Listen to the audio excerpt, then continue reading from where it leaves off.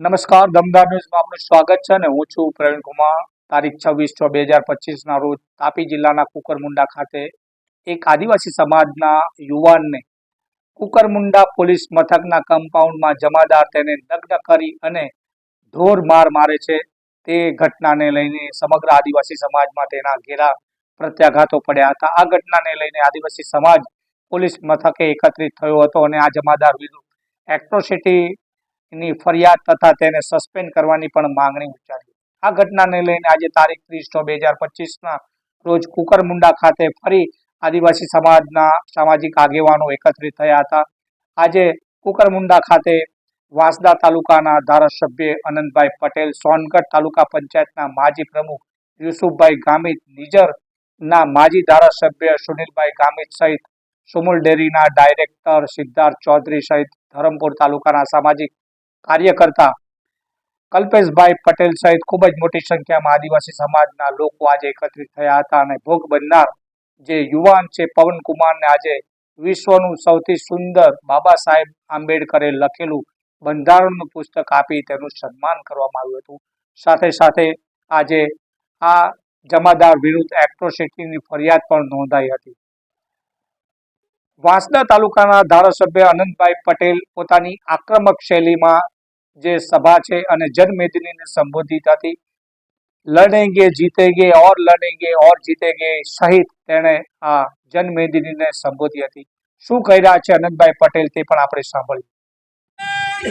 जीतेंगे और लड़ेंगे और जीतेंगे और लड़ेंगे और जीतेंगे। કુકરમુંડામાં એક આદિવાસી દીકરાને મારવાની ઘટના બની છે. તેમાં મારે આ પોલીસ તંત્રને ચેતવણી આપવી છે કે તમે નવસારી જિલ્લાના ચીખલી તાલુકાના પોલીસ સ્ટેશનમાં જઈને પૂછજો કે 2018-19માં 2 પીઆઈ 2 પીએસઆઈ અને 2 જમાદારે હાઈકોર્ટના ઓર્ડરને માનીને જેલમાં જવું પડેલું.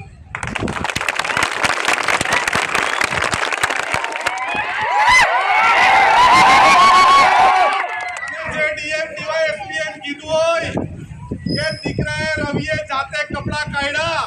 અરે આદિવાસી સમાજનો દીકરો પવન છે એ જાતે કપડા નહીં કાઢે, પણ અમે આદિવાસી સમાજ વાળા પોલીસના કપડા કાઢે.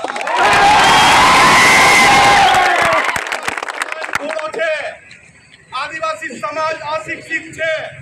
આદિવાસી સમાજ કોઈની બી ગુલામી કરતો નથી અને ચોરી બી કદી કરતો નથી. ન્યાયિક તંત્રમાં અમે ભરોસો કરીએ છીએ. આ સંવિધાનમાં અમે ભરોસો કરીએ છીએ. જો એમ કે પવને ચોરી કરી હોય તો અમે સ્વીકારવા તૈયાર છે, પરંતુ તમારો જમાદાર જ્યારે જજ ને ન્યાયાધીશ બને એવા જમાદારની અમને જરૂર નથી. કુકરમુંડા પોલીસ સ્ટેશનમાં જે આવે છે, જે કામ કરે છે, એ બધા આદિવાસી સમાજની વિરોધી માનસિકતા વાળા. એમને કેવું છું, ભાઈ તમે તાત્કાલિક બદલી કરાવીને જતા રહેજો. પોલીસ સ્ટેશન ઘેરતા વાર નહીં લાગે. આદિવાસી સમાજના બેન દીકરાઓ પર હુમલો કરે, એમની દુકાનો, એમના ઘર તોડે, એમની સાથે અન્યાય કરે, ત્યારે મારે આ ગુજરાતના ગૃહમંત્રીને કહેવું છે, હર્ષભાઈ એક પરિપત્ર બહાર પાડો અને પોલીસ તંત્રને કહેવો કે તમે સંવિધાનનું શિક્ષણ પહેલે મેળવો. તમને ખબર નથી, તમે માત્ર અમારા બધાના ટેક્સના પૈસાથી તમારો પગાર ચૂકવતો છે. તમારો બાપ તમને પગાર નથી આપતો. અમે દેશના મૂળ માલિક છે, ત્યારે માલિક સાથે વાત કરતી વખતે સંવિધાનમાં જો કોઈ અમે સંવિધાનના અંદરના અધિકારો ફરજ અમે કઈ બી રીતે અમે એને છોડીને વાત કરી હોય ત્યારે અમારી સાથે વાત કરજો, બાકી અમારી સાથે વાત કરતા નહીં. આ એકલો પવન નથી, પવનની સાથે આખી સેના છે. અજયભાઈ છે, યુસુફભાઈ છે, રાહુલભાઈ છે, અહીંના સરપંચ છે, આખી અમારી ટીમ છે, સિદ્ધાર્થભાઈ છે, વૈભવભાઈ છે, તેમજ માંડવીથી આવેલા આગેવાન, તેમજ બધા જ આગેવાનોએ ચેતવણી પણ આપીએ છીએ. આ કઈ ડરીને ભાગી જવા વાળી ટીમ નથી, આ લડવા વાળી ટીમ છે. એના વિરોધમાં છેલ્લા શ્વાસ સુધી ન્યાય મેળવીને જ રહીશું ને આપણે સૌ એક છે, નેક છે, પરંતુ જો આપણી સાથે કોઈ કાકડી ચાળો કોશિશ કરશે ને એની આંખના ડોળા કાઢી લેતા વાર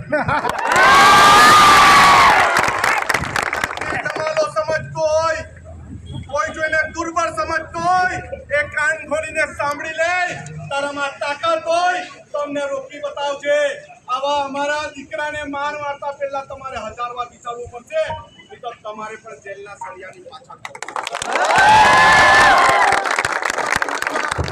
આજે આ તાપી જિલ્લામાં અમે આહવાન કરીએ છીએ, કોઈ બી જગ્યાએ પોલીસ તંત્ર હેરાન કરે, કોઈ બી જગ્યાએ કોઈ પણ એવા લોકો આપણને કચડાયેલા લોકોને હેરાન કરે ત્યારે આખી ટીમને કહેજો, રાહુલભાઈને કહેજો, અજયભાઈને કહેજો, વિભવભાઈને કહેજો, યુસુફભાઈને કહેજો, અમે તમારી વચ્ચે છે, છેલ્લા શ્વાસ સુધી રહીશું, પરંતુ આવા પોલીસ વાળાને અમે જીતવાના